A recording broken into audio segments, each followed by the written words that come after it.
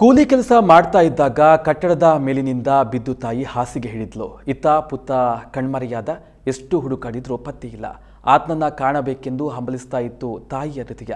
ಇದೀಗ 14 ವರ್ಷಗಳ ಬಳಿಕ ಮನಸ್ಸಿರುವಾಗ ಆತನ ಬರುವಿಕೆಯನ್ನ ನಿರೀಕ್ಷೆ ಮಾಡ್ತಾ ಇದ್ದಂತಹ ತಾಯಿ ಮಾತ್ರ ಇಹಲೋಕವನ್ನ ತ್ಯಜಿಸಿದ್ಲು.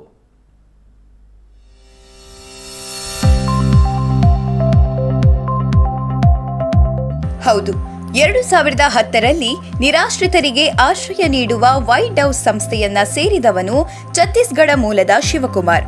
ಮಂಗಳೂರಿನ ಎಸ್ಪಿ ಕಚೇರಿ ಬಳಿ ಇದ್ದ ಈತನಿಗೆ ವೈಟ್ ಹೌಸ್ ಸಂಸ್ಥಾಪಕಿ ಕೊರಿನಾ ರಸ್ಕಿನಾ ಆಸರೆ ನೀಡಿದ್ರು. ಮಾನಸಿಕ ಸ್ವಸ್ಥವಿಲ್ಲ, ಮಾತು ಕಡಿಮೆ, ಒಮ್ಮೊಮ್ಮೆ ಏಕಾಏಕಿ ಬೊಬ್ಬೆ ಹೊಡೆಯುವುದು ಬಿಟ್ಟರೆ ಬೇರೇನೂ ಇಲ್ಲ. ಆದ್ದರಿಂದ ಈತನ ಹಿನ್ನೆಲೆ ತಿಳಿಯಲು ವೈಟ್ ಹೌಸ್ ಸಂಸ್ಥೆಗೆ ಸಾಧ್ಯವಾಗಿರಲಿಲ್ಲ. ನಿರಂತರ ಶುಶ್ರೂಷೆ, ಔಷಧೋಪಚಾರದಿಂದ ಸ್ವಲ್ಪ ಸ್ವಸ್ಥನಾಗಿ ಇತ್ತೀಚೆಗೆ ತನ್ನ ಹೆಸರು ಶಿವಕುಮಾರ್, ಊರು ಛತ್ತೀಸ್ಗಢ, ತನ್ನ ಕುಟುಂಬದ 2 ಸದಸ್ಯರ ಹೆಸರನ್ನ ಹೇಳಿದ್ದ ಎನ್ನುತ್ತಾರೆ ವೈಟ್ ಹೌಸ್ ಸಂಸ್ಥಾಪಕಿ ಕೊರಿನ್ ರಸ್ಕಿನಾ. It's a great day for us at White House. We have a 450th reunification in Shivkumar from Chhattisgarh. We got Shivkumar outside in the bus stand of the SP's office at Pandeshwar. He was lying there in the rainy season for many days, and Good Samaritan informed us that there is a man lying down in the bus stand. So when we went to bring him, all he could tell us was his name was Shivkumar and he was from Chhattisgarh.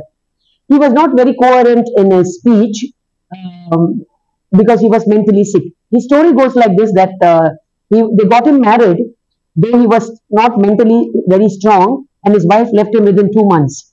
His father passed away, and his mother and he, along with the uncle and other relatives, moved to Delhi to work as construction workers. They were living close to the railway station, and Shivkumar would always be in the railway station.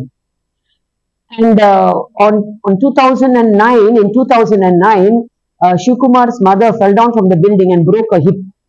Since she was bedridden, they moved her to Chhattisgarh and left Shivkumar in the railway station, knowing that he will be there.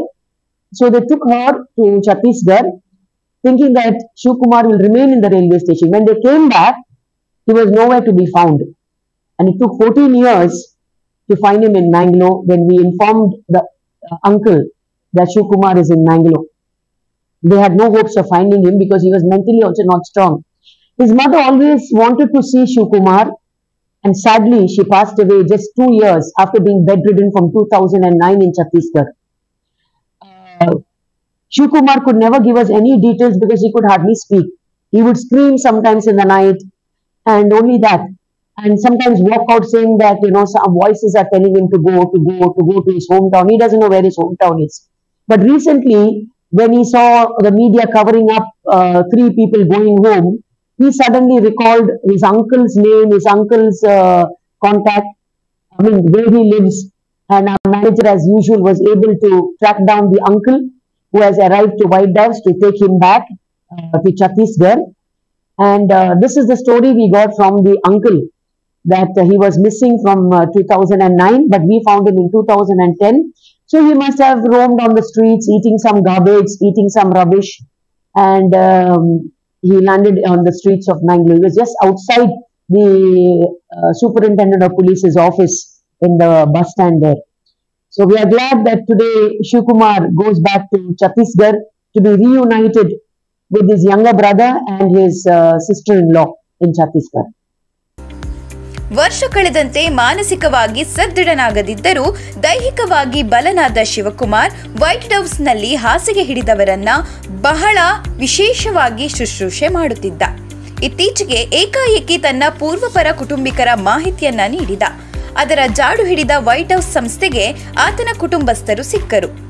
ಈತನ ಇರುವು ತಿಳಿಯುತ್ತಿದ್ದಂತೆ ಚಿಕ್ಕಪ್ಪ, ಭಾವ ಮಂಗಳೂರಿಗೆ ಆಗಮಿಸಿದ್ದಾರೆ. ಇನ್ನು ಹಿಂದೆಯೇ ಮಾನಸಿಕ ಅಸ್ವಸ್ಥತೆಯಿಂದ ಬಳಲುತ್ತಿದ್ದ ಶಿವಕುಮಾರ್ಗೆ ಕುಟುಂಬಸ್ಥರು ಮದುವೆ ಮಾಡಿದರು. ಪತ್ನಿ 1 ತಿಂಗಳಲ್ಲಿ ತೊರೆದು ಹೋದಳು. ಕುಟುಂಬ ಕಟ್ಟಡ ಕೆಲಸಕ್ಕೆಂದು ದೆಹಲಿಗೆ ಹೋದಾಗ ತಾಯಿ ಮೇಲಿಂದ ಬಿದ್ದು ಸೊಂಟ ಮುರಿದುಕೊಂಡರು. ಮತ್ತೆ ಕುಟುಂಬ ಛತ್ತೀಸ್ಗಢಕ್ಕೆ ಹೊರಟು ನಿಂತಾಗ ತಾನು ದೆಹಲಿಯಲ್ಲೇ ಇರುತ್ತೇನೆಂದು ರೈಲು ನಿಲ್ದಾಣವನ್ನೇ ಆಶ್ರಯಿಸಿಕೊಂಡ. ಮತ್ತೆ ಬಂದು ನೋಡಿದಾಗ ಆತ ಅಲ್ಲಿರಲಿಲ್ಲ. ಹುಡುಕಿದರೂ ಪತ್ತೆಯಾಗಿಲ್ಲ ಅನ್ನುತ್ತಾರೆ ಶಿವಕುಮಾರ್ ಭಾವ ದುವಾಸಿನ್ ಭಾರದ್ವಾಜ್. मेरे साला है और 2008 से मतलब दिल्ली से गायब हुए हैं. उसे हम लोग साथ में थे, काम कर रहे थे. और सर 2009 से मतलब गायब हुआ सर निजामुद्दीन स्टेशन से. उधर सर बीच बहुत हम कोशिश की उसको लाने के लिए, ढूंढे, उसको मिला नहीं सर. और उसी डेट में से उसका माँ का एक्सीडेंट हो गया, मतलब काम कर गिर गए नीचे, तो हम घर चले गए सर. उसके बाद गायब है सर, 2009 से गायब है. उसके बाद हम बहुत कोशिश की, उसके बाद मिला नहीं सर. सर अब यहाँ आसाम से सर कुछ फोन आया था डॉक्टर से, उस जगह से थाना में इंक्वायरी हो, उसके बाद हमको मालूम हुआ सर कि यहाँ पर है लड़का से करके. बीमार है सर, तो 2008 से है सर. वो बिल्कुल ठीक है सर, देखें तो बहुत बहुत ठीक है, बहुत अच्छा है सर. वो तो वो 5 सब नाम जान रहा है. ठीक है सर, पहले से हाँ पूछे सर, पूछे, उसे बात कर रहे हैं हम लोग, उसके साथ बैठे हैं, उसे मतलब हाथ में लाए हैं सब चीज में सब ठीक है सर. अभी आपको कैसे लगा? यहाँ 5 रहे सर. मैं जाना चाहता हूँ. आपका नाम? दुमार सिंह भारद्वाज. सर मेरा साला है. ಒಟ್ಟಿನಲ್ಲಿ ಆತನಿಗೆ ಆಶ್ರಯ ಕಲ್ಪಿಸಿದ ವೈಟ್ ಹೌಸ್ ಸಂಸ್ಥೆ ಈಗ ಮರಳಿ ಮನೆಗೆ ಹೋಗಲು ದಾರಿ ತೋರಿಸಿದೆ. ಆತನ ಮುಂದಿನ ಬಾಳು ಸುಖವಾಗಲಿ ಎಂಬುವುದೇ ನಮ್ಮ ಆಶಯ.